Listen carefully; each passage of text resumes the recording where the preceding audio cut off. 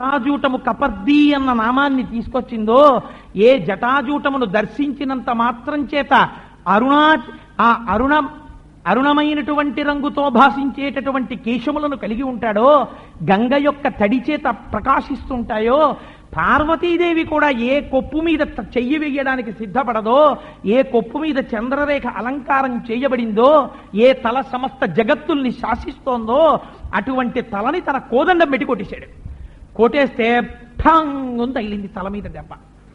అప్పుడు చూపించాడు తన స్వరూపం ఏమిటో. ఎంత దెబ్బ కొట్టావురా, మెచ్చుకున్నాను, నిన్ను ఇప్పుడు ఇస్తాను పాశుపతాస్త్రం అని ఒక్కసారి తన శాంతం పద్మాసనస్థం శశిధరమకుటం పంచవక్త్రం త్రినేత్రం ఒక్కసారి తన స్వరూపాన్ని దర్శనమిచ్చాడు.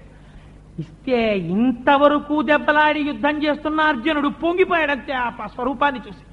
ఆ కోదండం పక్కన పారేసి ఆ పరమశివుణ్ణి చూసి పొంగిపోయి, శ్రీకంఠలోకేశ లోకోద్భవస్థాన సంహారహారీ మురారి ప్రియా చంద్రధారీ మహేంద్రాది బృందారకానంద సందోహ సంధాయి పుణ్యస్వరూప విరూపాక్ష దక్షధ్వరధ్వంసకాదేవ నీదైన తత్వంబు భావించి బుద్ధి ప్రధానంబు కర్మంబు విజ్ఞానం అధ్యాత్మ యోగంబు సర్వక్రియాకారణం బంచు నానా ప్రకారంబులన్ బుద్ధిమంతుల్ విచారించుతు నిన్ను భావింతురీశాన సర్వేశ్వర సర్వసర్వజ్ఞ సర్వాత్మక నిర్వికార ప్రభావ భవానీపతి నీవు లోకత్రయీవర్తనంబుల్ మహావాయు ఖాతాగ్ని సోమార్కతోయంబులంజేసి సంసార చక్రి క్రియాయంత్ర బాహుండవైతాది దేవాది దేవా మహాదేవ నిత్యంబు నత్యంత యోగస్థితి నిర్మల జ్ఞాన దీప ప్రభజ్వాల విధ్వస్త నిస్సార సంసార మాయాంధకారుల్జిత క్రోధ రాగాది దోషుల్ యతీంద్రుల్ యతాత్ముల్ భవత్పాద పంకేరు హద్యాన డిండీర ధారానుభూతిన్ సదా తృప్తులైరవ్యయ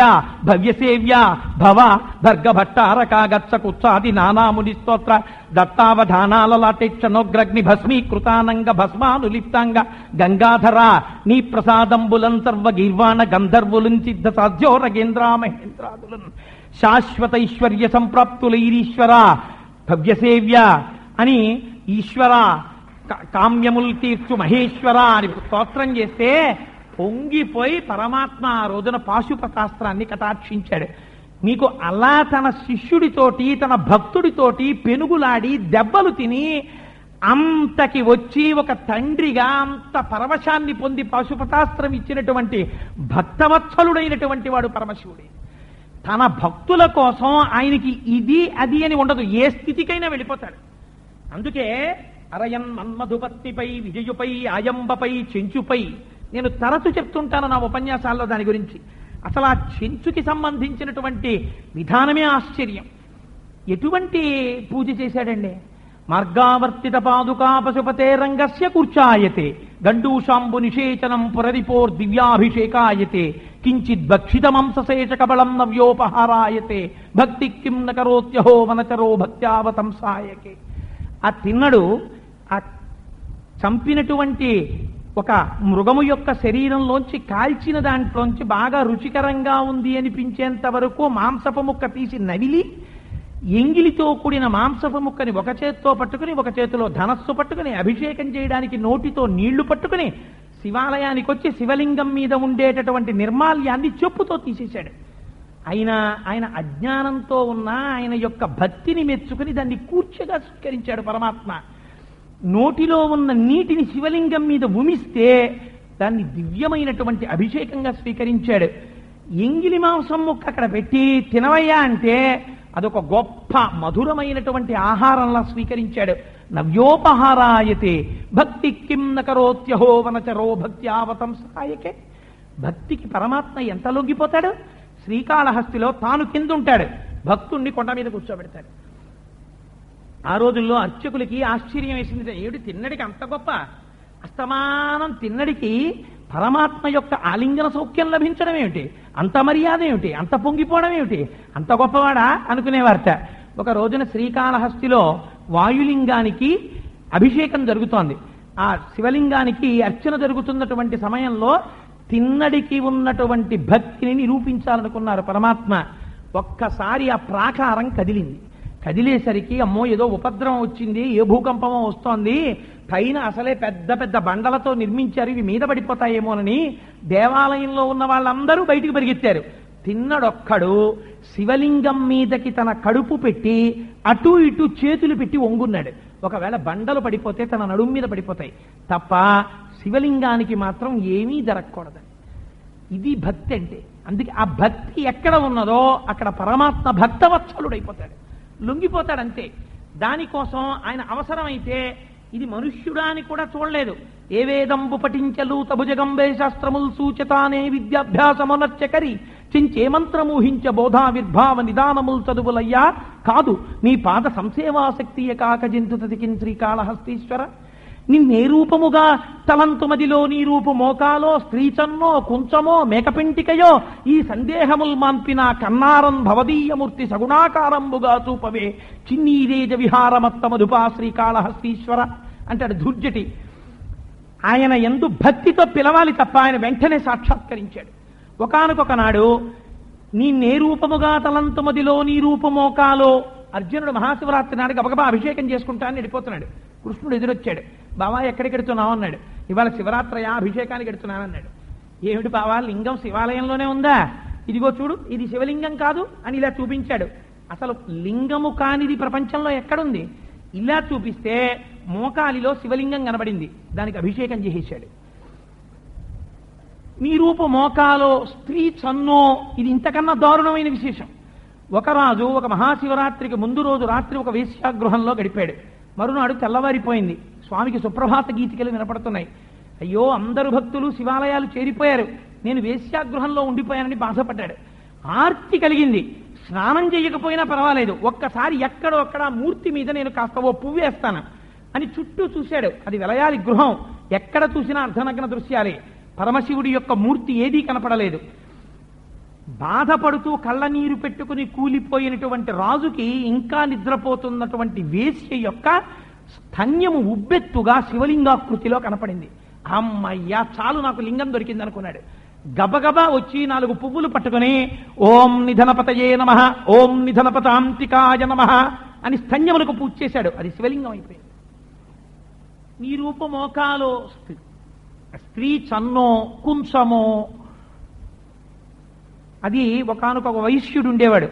ఆ వైశ్యుడు వాళ్ళు కొంచెం అసలు ఎట్టి పరిస్థితుల్లోనూ బోర్లించకూడదు, కొలుస్తుంటారు ధాన్యాన్ని దాన్ని. ఆయన ఖాళీ ఉన్నప్పుడల్లా ఎవరైనా వస్తే ఏదో చింతపండు బియ్యం మిరపకాయలు అంటే అమ్మేవాడు. ఎవరూ లేకపోతే ఆ కుంచాన్ని బోర్లించేవాడు. బోర్లించి పరమశివుడికి ఏం కావాలి, ఓ పళ్ళెంలో కాసిన బియ్యపు గింజల్లో నీళ్లు పోసేవాడు శ్వేతాక్షతలు ఆయనకి. ఓ బియ్యం గింజ తీసేవాడు. ఓం శివాయ నమః ఓం శివాయ నమః ఓం శివాయ నమః అని ఆ కుంచానికి పూజ చేస్తుండేవాడు. ఆయన భక్తికి ఆ కుంచం లింగం అయిపోయింది. అందుకని కుంచమో మేకపెంటికయో ఇది మరీ దారుణం. పూర్వకాలంలో ఒకానొక మహానుభావుడు ఉండేవాడు. ఆయన ఒకరోజు శివాలయానికి వచ్చాడు. ఆయన మేకలు కాస్తూ ఉండేవాడు. శివాలయంలో శివలింగానికి జరుగుతున్న అభిషేకాన్ని చూశాడు. తనకి అభిషేకం చేసుకోవాలనిపించింది. మేకల వెంట వెడుతున్నాడు. ఎలా తీరుతుంది నా కోరిక అనుకుంటున్నాడు. ఒక మేక ఆ మలాన్ని విసర్జించింది. ఆ పెంటికల గుత్తి కింద పడి అందులోంచి ఒక పెంటిక పక్కకి దొర్లింది. దొల్లి భూమి మీద నిలబడితే శివలింగంలా కనపడింది. పై ఎంత నల్లగా జిగురుగా శివలింగంలా ఉందో అనుకున్నాడు. ఒక ఆకులో పెట్టాడు. మేక పాలు పితికాడు. శివ శివ శివ శివ శివ శివ శివ అంటూ అభిషేకం చేసేశాడు. కాటము అంటే మేక పెంటికలోంచి వచ్చినవాడు కాబట్టి కాటేశ్వరుడు అయ్యాడు. మోటుగా ఉందని కోటేశ్వరుడు అన్నారు. అందుకని ఎక్కడి నుంచి వచ్చాడు అంటే మేక పెంటికయో ఈ సందేహముల్ మాన్పిన కన్నారం భవదీయమూర్తి సగుణాకారంబుగా చూపవే. తండ్రి ఒక్కసారి సగుణంగా కనపడవయా అని ధూర్జటి గుండెలు బాదుకుని ఏడ్చాడు. ఇక్కడ ఆర్తితో పిలిస్తే మహానుభావుడు పరిగెత్తుకొచ్చాడండి. నందనార్కి రాలా. నందనార్ తన యొక్క ఆ భూస్వామిని వెళ్ళి అడిగాడు. ఒక్కసారి చిదంబరం వెళ్ళి దర్శనం చేసుకొస్తానన్నాడు. వెళ్ళడానికి వీలు లేదన్నాడు. ఎంతకీ మాట వింటలేదని ఒక విచిత్రమైన నియమం పెట్టాడు. నువ్వు తప్పకుండా వెళ్ళు, నాకేం అభ్యంతరం లేదు. నువ్వు ఇప్పుడు చీకటి పడ్డాక కదా నన్ను వచ్చి అడిగావు రేపు చిదంబరం పెడతానని. రేపు నువ్వు పొద్దున్నే బయలుదేరి చిదంబరం వెళ్ళిపో. నటరాజస్వామి వారి ఉత్సవాలు చూసిరా. కానీ ఒక్క షరతు. ఏం చేస్తావో తెలుసా? రేపు చిదంబరానికి వెళ్ళాలి అంటే ఇవాళ రాత్రి మనకి ఉన్నటువంటి కొన్ని 100 ఎకరాల భూమిని దున్నేసి నీరు పెట్టేసి విత్తులు చల్లేసి కలుపు తీసేసి ఆ మొక్కలు పెంచేసి పంట కోసేసి ఆ ధాన్యపు కంకులు దులిపేసి ధాన్యం బస్తాలకెత్తి తెచ్చి మన ఇంట్లో పెట్టేసి రేపు చిదంబరం వెళ్ళిపో అన్నాడు. నందనారికి వినపడింది చివరి మాట ఒకటే, రేపు చిదంబరం వెళ్ళిపో. అమ్మయ్యా వెళ్ళి దున్నేద్దామని గబగబా వెళ్ళిపోయాడు పొలానికి. తీరా వెళ్ళిపోయి చూసేటప్పటికి ఎంత ఉందా పొలం, కంటి కనుచూపు మేర పొలమే. అప్పుడు చూశాడు, అయ్యో ఇంత పొలాన్న దున్నడం, ఆ శివానుగ్రహం ఉంటే ఇది జరగదా అనుకున్నాడు. పరమశివుణ్ణి ప్రార్థన చేసి చేసి చేసి చేసి దస్సిపోయి ఏడుస్తూ ఆ గట్టు మీద పడి నిద్రపోయాడు. ఈ ఆర్తి వినపడింది శంకరుడికి. ఎంత నందనార్ కష్టపడాలో అంత కష్టం తాను అనుభవించాలనుకున్నాడు. ఏ పరమాత్మ తలుచుకుంటే అప్పటికప్పుడు బియ్యం బస్తాలు తేలేడా? ఆయనే కైలాసం నుంచి దిగాడు పంచ పైకి కట్టి. అయ్యవారు కదులుతుంటే గజేంద్ర మోక్షంలో తన వెంటంతిరిలెచ్చి వెంటనవరోధ వ్రాతముందాని వెనక పక్షింద్రుడు ధన కౌమోదికి శంఖచక్రనికాజం మృధజనీకాంతుడు నారదుండు తావొచ్చి రయ్యన వైకుంఠపురంబునన్ కలుగు బాల గోపాలమున్ అన్నట్టుగా అందరూ వచ్చేశారు. పార్వతీదేవి వచ్చేసింది, నందీశ్వరుడు వచ్చేశాడు, వినాయకుడు వచ్చేశాడు, సుబ్రహ్మణ్యుడు వచ్చేశాడు, ప్రమరగణాలు వచ్చేసాయి. పరమశివుడు నందీశ్వరుణ్ణి నాగలికి కట్టాడు, భూమి తున్నుతున్నాడు. పార్వతీదేవి చూసి ఆశ్చర్యపోయి నూతి దగ్గరికి వెళ్ళి నీళ్లు తోడింది. గంగాదేవి పైకి వచ్చి గబగబా పంట పండించేసింది. వినాయకుడు విత్తనాలు చల్లేశాడు. గబగబా అక్కడ ఉన్నటువంటి ప్రమదగణాలందరూ కలుపు తీసేశారు. పొడమి తల్లి పరమశివుని యొక్క పాద తాకిడికి పరవశించిపోయి రాజనాల బియ్యం కూడా సరిపోవు, అటువంటి కంకులు పైకి వచ్చేసాయి. వెంటనే అక్కడ ఉన్న కార్తికేయుడు వాటిని కోసేశాడు. నందీశ్వరుడు దులిపేసి బస్తాలకు ఎత్తేశాడు. తెల్లవారుజాము అవుతోంది. ఒక్కసారి నందనారిని లేపారు. నందీశ్వరుడు ముద్రలు వేశారు. అవుగో బియ్యం బస్తాలు, ధాన్యం బస్తాలు పట్టుకెళ్ళి నీ యజమానికి ఇచ్చి చిదంబరం వెళ్ళిపో అన్నాడు. పొంగిపోయాడు. ఆహా శంకరా ఏమి నీ కృప అన్నాడు. అంతే ధాన్యం బస్తాలు పట్టుకెళ్ళి ఇచ్చాడు భూస్వామికి. తెల్లబోయి నందనార్ కాళ్ళ మీద పడి ఇవాళ నుంచి నువ్వు నాకు తమ్ముడివి, మన ఇద్దరం సగం సగం అనుభవిద్దామన్నాడు. చిదంబరం వెళ్ళాడు. తీరా లోపలికి వెడదామనుకున్నాడు. నందనార్ది ఇప్పటికీ ఉందండి గుడి. అంతకుముందు తిరుప్పంగూరు అన్న దేవాలయానికి వెడితే నందీశ్వరుడి వరకే దర్శనం పూర్వం కొంతమందికి. నువ్వు దాటి రాకూడదంటే శివలింగం కనపడలేదు, నంది అడ్డొచ్చిందని ఏడ్చాడు నందనార్. పరమశివుడు అన్నాడు, నా భక్తుడికి నేను కనపట్టలేదు, పక్కకెళ్ళి అన్నాడు. నంది పక్కకెళ్ళిపోయి, ఇప్పటికీ నంది పక్కకెళ్ళిపోయి ఉంటుంది తిరుప్పంగూరులో. లోపలికి దర్శనానికి వెడుతుంటే నందనార్ని లోపలికి ప్రవేశపెట్టడం ఇష్టం లేక నీకు అగ్ని సంస్కారం జరిగితే తీసుకెడతామని అగ్నిలో ప్రవేశించమన్నారు. పరమశివ దర్శనానికి అగ్నిలో కూడా ప్రవేశిస్తానని ప్రవేశించాడు. అగ్నికీలలో పుష్పమాలలయ్యి ఆయన మెడలో పడిపోయాయి. చిదంబరం గుడిలోకి తీసుకెళ్లారు మహాభక్తుడని. ఎదురుగుండా నటరాజస్వామిని చూస్తూ తన్మయావస్థ పొందుతూ శివా శివా శివా హరా మహాదేవ శంభో శంకర అంటూ లోపలికి వెళ్ళాడు. అంతే ఈయన ప్రాణాలు నటరాజస్వామిలో కలిసిపోయి నందనారి యొక్క శరీరం కింద పడిపోయింది. శాశ్వత శివ సాయుధ్యాన్ని పొందాడు. ఎంతమంది పొందుతున్నాడు? ఒక నందనార్ పొందగలిగాడు. భక్తవత్సలహ ఒకనాడు మార్కండేయుడు, మృకండు మహర్షి ఒకనాడు, ఏ సామాన్యమైనటువంటి చరిత్ర కాదండి మృకండు మహర్షిది, మహానుభావుడు. ఆయన గురించి ఎంత అద్భుతమైనటువంటి వర్ణన చేస్తారంటే, ఒకనాడమ్ముని బంగరంపు మలయందొప్పొందు పైతామహ శ్రేణికింజేరి బ్రహ్మగారు నివాసం ఉండేటటువంటి అంతఃపురం ఎక్కడుంటుందో అక్కడికి చేరుకుని బ్రహ్మసభ చేరన్బోవగా అకళంకొండగు ఆ మృకండుముని నపత్యం బడ్గ ద్వారంబునం తవ్వారికుల్ రకమౌ విభవము లేదనంచు పలకన్ మునీంద్ర శ్రేష్ఠుడు అవ్వారితోన్. ఆ మృకండుముని బ్రహ్మలోకానికి వెళ్ళి బ్రహ్మగారి యొక్క సభ జరుగుతోంది. ఆ సభలోకి వెడదామని వెళ్ళబోతున్నాడు. ద్వారపాలకులు అడ్డుకున్నారు. నన్ను ఎందుకు అడ్డారు అని అడిగాడు. నీకు సంతానం లేదు, సంతానం లేని వాడికి బ్రహ్మసభలో ప్రవేశించేటటువంటి అధికారం లేదు, అందుచేత నువ్వు తిరిగి వెళ్ళిపోమన్నారు. ఓహో నా ప్రారంధం ఇలా ఉంది, నాకు సంతానం కలగలేదు అని బాధపడుతూ మృకండు తిరిగి వచ్చేసాడు. ఈలోగా మృకండుని యొక్క భార్య ఇంట్లో ఉంది. ఆవిడ ఇంటికి కొంతమంది పరమభాగవతులైనటువంటి అతిథులు వచ్చారు. వాళ్ళందరికీ ఎంతో సంతోషంగా వండి ఆవిడ వడ్డించింది. వడ్డిస్తే వాళ్ళు అన్నారు, అమ్మా మేము ఈ పదార్థాన్ని తినడం ప్రారంభించే ముందు ఒక్కసారి నీ పిల్లల్ని పిలువు అన్నారు. చాలా ఆకలితో ఉన్నామమ్మా, ఒక్కసారి నీ పిల్లల్ని పిల్లన్నారు. ఆవిడ అంది కళ్ళ నీళ్లు పెట్టుకుని, అమ్మా నేను నిస్సంతువుని, నాకు బిడ్డలు లేరు అంది. బిడ్డలు లేని గొడ్రాలి వంట మేము తినకూడదమ్మా, పిల్లలు లేని ఇంట్లో మేము ముద్ద ముట్టాం, అందుకని వెళ్ళిపోతున్నామని వాళ్ళు లేచి వెళ్ళిపోయారు. మృకండు సతి ఏడుస్తోంది. మృకండు మహర్షికి అక్కడ అవమానం జరిగింది, బ్రహ్మసభలోకి ప్రవేశం లేదు. ఆయన దిగాలు ముఖంతో తిరిగి వచ్చాడు. ఆ భార్య ఎదురెళ్ళి కౌగిలించుకుని ఏడ్చింది. ఎందుకు ఏడుస్తున్నావు అని అడిగాడు. అయితే ఆవిడంది, మన ఇంట సంతానము లేరని మనకి ఇంటికి వచ్చినటువంటి విశిష్ట అతిథులు భోజనం చేయకుండా వెళ్ళిపోయారు అంటే ఆయన అన్నాడు, వనరకుమింక దేవి భగవానుడు రాజకిరీటుడున్నవాడు. ఆయన చాలా దయాళు, భక్తవర ప్రదాత. నేనఘనుని గూర్చి కాటముగా తపమరించి సుపుత్రుడైన వాని కనియదగాక ఓ సతీ ముదముందు ఆత్మలో అన్నాడు. నేను మహానుభావుడు, భక్తవత్సలుడు, దయాళుడైనటువంటి వాడు శంకరుడు ఉన్నాడు. నేను ఆ పరమశివుడి గురించి తపస్సు చేస్తాను. తపస్సు చేసి ఒక మంచి కొడుకుని కంటాను. నువ్వేం బెంగ పెట్టుకోకు ఆత్మలో, నేను వెళ్ళి తపస్సు చేస్తానని తపస్సు చేశాడు. తపస్సు చేస్తే ఆయన తపస్సుకి మెచ్చుకుని పరమశివుడు ప్రత్యక్షమయ్యాడు. ప్రత్యక్షమై ఆయన ఒక చిత్రమైనటువంటి మాట అన్నాడు. ఎదురుగా మౌని చూచి, ఆ ఎదురుగుండా ఉన్నటువంటి మృకండు మహర్షిని చూసి, ఏమయ్యా నిన్ను చూస్తే నీ దూరపు భక్తియు తపంబు పెంపు ఇవన్నీ నాకు చాలా నచ్చాయి. కానీ నిన్ను నేను ఒక్క మాట అడుగుతాను, జాగ్రత్తగా విను. కడుంగడు ఆయువు కల్గు కుమారుల అప్రయోజకులన్ ఇచ్చుటనొప్పెదవో, ఎందుకు పనికి రానటువంటి దీర్ఘాయుర్దాయం కలిగినటువంటి కొడుకుల్ని ఇస్తానంటే ఒప్పుకుంటావో, 16 వర్షములకే పరమందు సుపుత్రు కోరెదో, 16 సంవత్సరాలతో పరాన్ని పొందేటటువంటి సుపుత్రుణ్ణి కోరుకుంటావో నీ ఇష్టం కోరుకోవాలి.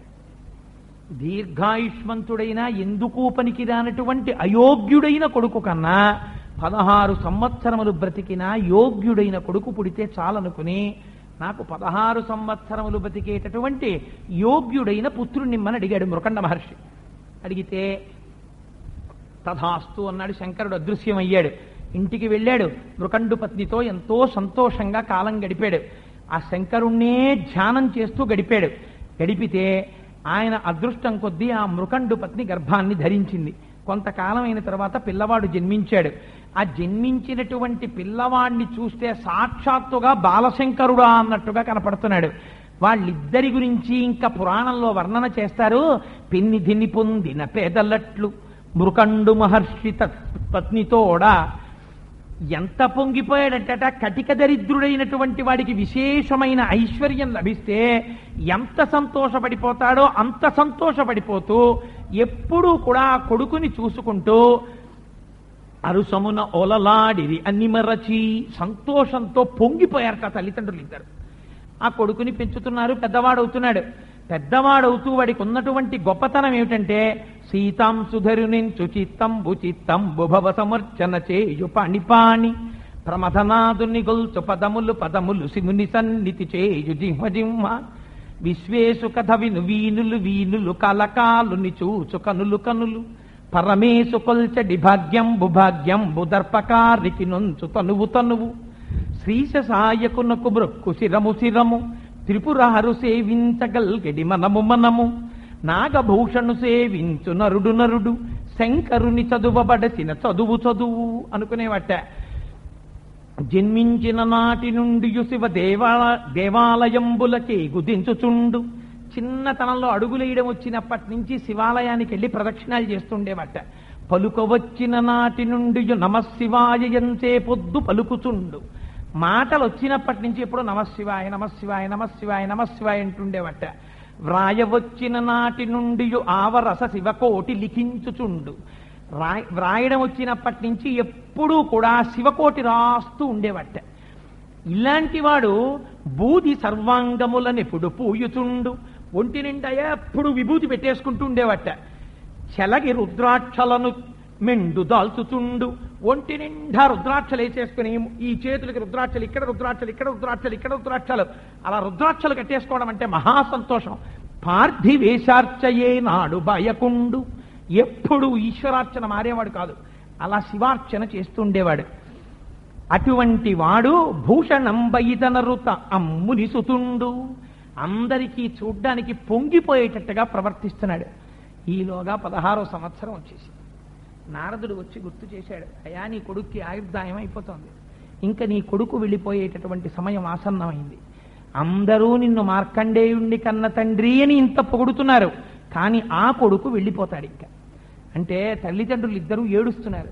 వచ్చి అడిగాడు, నాన్న ఇంత యుపింపు చేసి ఇంత కష్టపడి నన్ను పెంచి పెద్ద చేశారు, ఏమైంది, ఎందుకు అలా ఏడుస్తున్నారని అడిగాడు. నాయనా నీకు 16 సంవత్సరములే ఆయుర్దాయం, నువ్వు వెళ్ళిపోతావని బెంగ పెట్టుకున్నాను రా అన్నారు.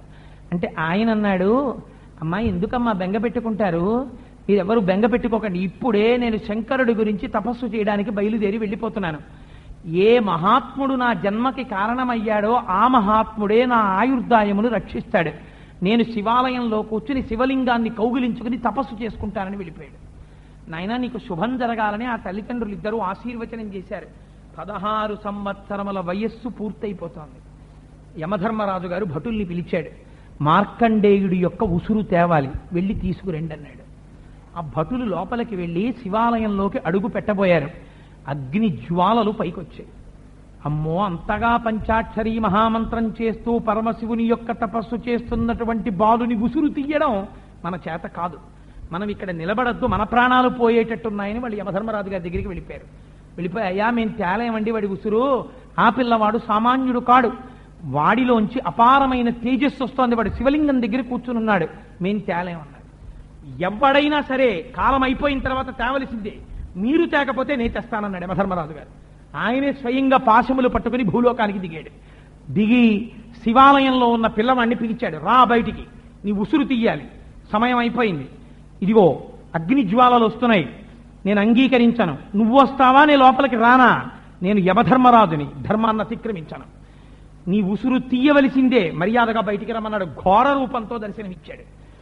అంత ఘోర రూపంతో సాక్షాత్ యమధర్మరాజు కనపడుతుంటే ఆ పిల్లవాడు భయపడలేదు. నాకు నా తండ్రి పరమేశ్వరుడు ఉన్నాడన్నాడు. శివలింగాన్ని గట్టిగా కౌగిలించుకుని చంద్రశేఖర చంద్రశేఖర చంద్రశేఖర పాహిమాం, చంద్రశేఖర చంద్రశేఖర చంద్రశేఖర రక్షమాం, రత్నసానుసరాశనం రజితాద్రిశృంగ నికేతనం, సింజనీకృత పన్నగేశ్వరమచ్యుతానలసాయకం, క్షిప్రదగ్ధపురత్రయం త్రిదివాలయైరభివందితం, చంద్రశేఖరమాశ్రయే మమ కింకరిష్యతి వై యమః అన్నాడు. నేను ఏ మహానుభావుడు ఒంటి నిండా విభూతి పూసుకుంటాడో, ఎవడు వెండికొండ మీద ఉంటాడో, ఎవడు జన్మ మృత్యువులను శాసించగలడో, ఎవడు పరాత్పరుడో, ఎవడు ఈ లోకములకు ప్రభువో, అటువంటి వాడి పాదములను గట్టిగా పట్టుకుని ఉండగా ఈ యముడు నన్ను ఏం చేయగలడన్నాడు. కింకరిష్యతి వై యమః మత్తవారణ ముఖ్య చర్మ కృతోత్తరీయ మనోహరం, పంకజాసన పద్మలోచన పూజితాంఘ్రి సరోరుహం, పద్మ దేవ సింధు తరంగ సీకర సిక్త శుభ్రజటాధరం, చంద్రశేఖరమాశ్రయే మమ కింకరిష్యతి వై యమః. వరుసగా వర్ణిస్తున్నాడు. నేనటువంటి జటాజూటం ఉన్నటువంటి పరాత్పరుడి యొక్క పాదములు పట్టుకుని ఉన్నాను, నన్నేం చేస్తాడు ఈ యమధర్మరాజు, నన్నేం చేయలేడన్నాడు. ఈ స్తోత్రాన్ని మాటలని విన్నటువంటి యమధర్మరాజు గారికి ఆగ్రహం వచ్చింది. ఒక్కసారి పాశాన్ని తీసి విసిరాడు. విసిరితేది మార్కండేయుడి యొక్క మెడకి పిగుస్తోంది. పిగుస్తుంటే నారదుడు కైలాస పర్వతం మీదకి వెళ్ళాడు. ఏం ఆశ్చర్యకరమైన సంఘటన! యముణ్ణి చూసి కూడా భయపెడకుండా చంద్రశేఖరమాశ్రయే మమ కింకరిష్యతి వై యమః అని అడుగుతున్నాడు పిల్లాడు. ఇప్పుడు నువ్వు గొప్ప, యముడు గొప్ప తేలిపోవాలి. నిన్ను నమ్మానని ఆయన అంటున్నాడు, యముడు నాకు లెక్కలేదంటున్నాడు. నువ్వు ఇక్కడ కూర్చునున్నావు, ఏం చేస్తావో మేము చూస్తామన్నాడు నారదుడు. అంతే, ఒక్కసారి లేచాడు స్వామి.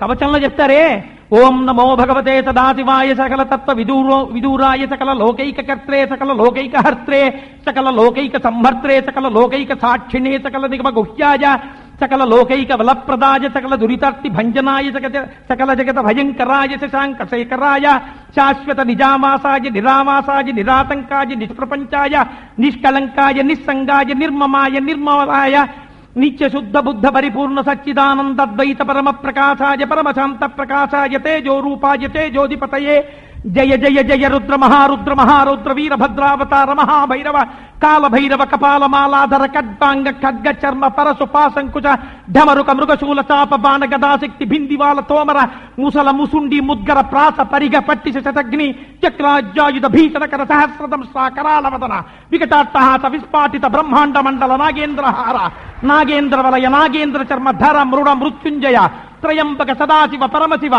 అటువంటి మహానుభావుడు కదిలేడు.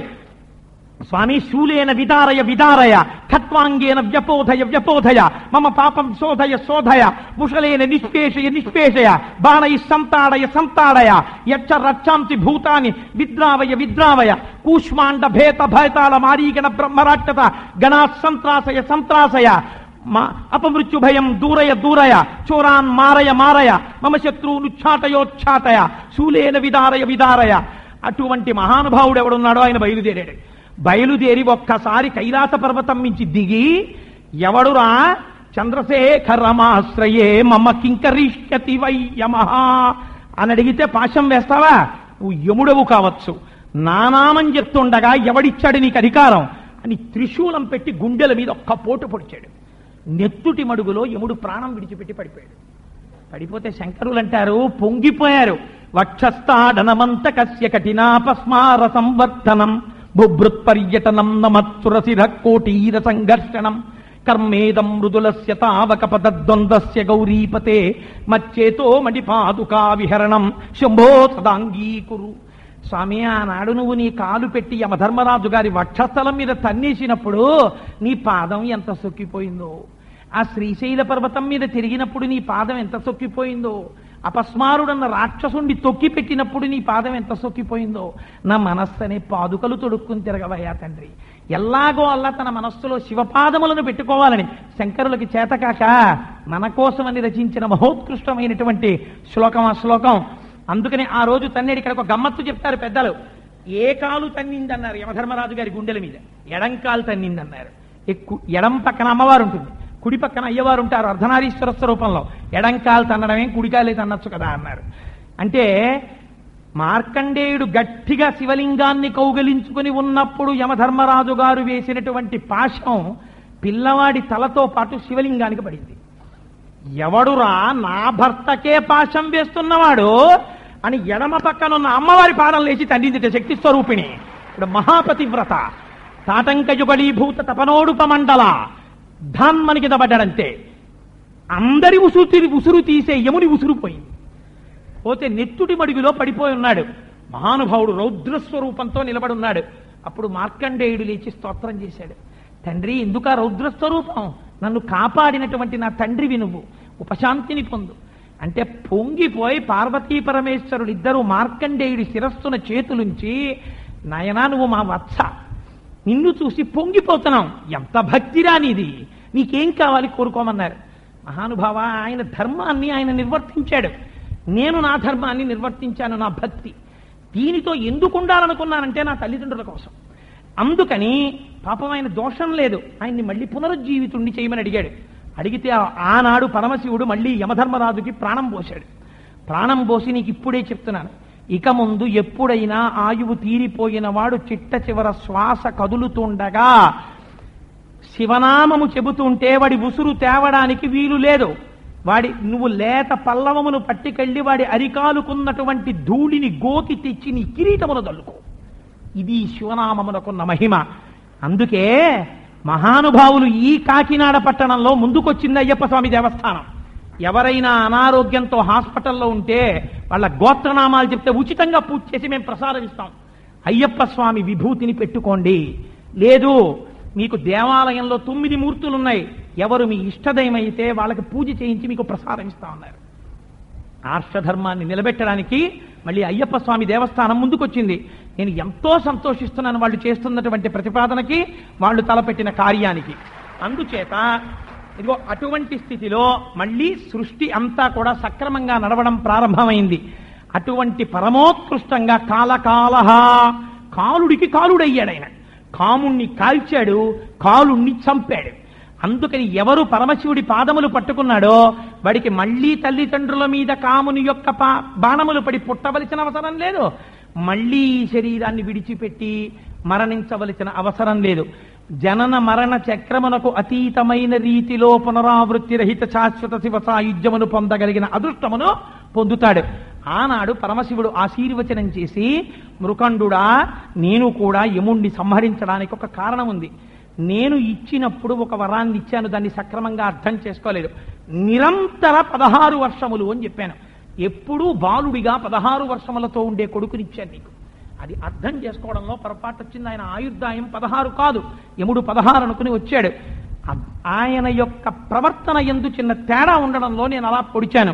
కానీ ధర్మరాజు మహానుభావుడు, యమధర్మరాజు, ఆయన చేసినట్టుగా ఎవ్వరూ చెయ్యరు డ్యూటీ.